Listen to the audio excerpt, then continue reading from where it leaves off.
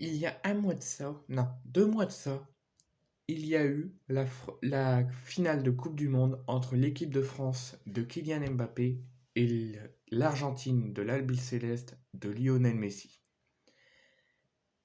Et il y a eu 2 mois de ça également des provocations de la part des Argentins, des joueurs argentins, des supporters argentins, des spéculations, plein de choses qui se sont passées il y a 2 mois de ça après la finale de la Coupe du Monde. Et la FIFA annonce dès aujourd'hui des procédures ouvertes contre l'Argentine et également contre la Croatie. Les joueurs de l'Albi Céleste auraient possiblement violé les articles 11, donc pour comportement offensant et violation des principes du fair play, et 12, incorrection des joueurs et officiels du code disciplinaire de la FIFA. La Fédération internationale de football, donc la FIFA, annonce aujourd'hui l'ouverture de procédures contre les fédérations d'Argentine et de Croatie pour des événements survenus lors de la Coupe du Monde 2022, respectivement lors de la finale face à la France et la petite finale contre le Maroc.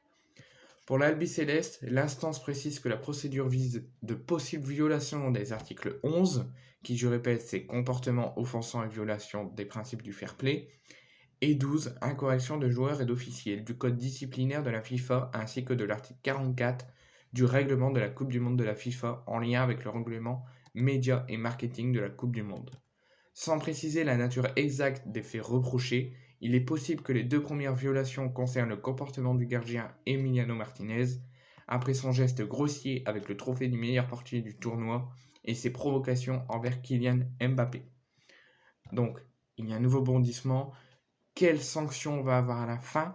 Est-ce que les Bleus vont être sacrés champions du monde, que le titre de champion du monde va être enlevé à l'Argentine pour donner à la France? Est-ce qu'il y aura des suspensions envers l'Argentine pour les prochains matchs que l'Argentine jouera? Donc des huis clos? Est-ce qu'il y aura une amende? Est-ce qu'il y aura des suspensions envers Emiliano Martinez? Plein de choses qui se mélangent et qu'on saura très bientôt. Concernant la Croatie, il s'agit d'une procédure pour de potentielles violations des articles 13, donc discrimination, et 16, ordre et sécurité lors des matchs du code disciplinaire de la FIFA. Là encore, comme France-Argentine, l'instance ne donne pas de détails, mais a peut-être dans le viseur les célébrations des joueurs croates après leur victoire face aux Marocains.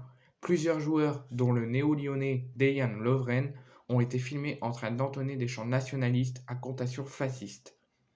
Enfin, la FIFA indique dans son communiqué avoir pris des sanctions contre les fédérations mexicaines, équatoriennes et serbes pour des violations de l'article 13 du code de conduite, donc discrimination en raison de chants de supporters des 3 pays.